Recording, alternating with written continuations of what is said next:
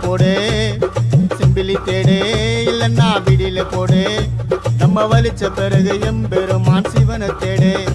நம்ம வலிச்ச பிறகு எம்பெருமான் சிவனை தேடு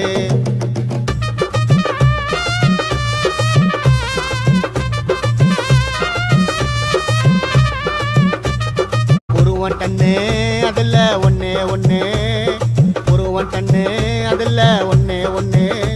அதை போட்டுக்கு நான் சண்டை செய்வோம்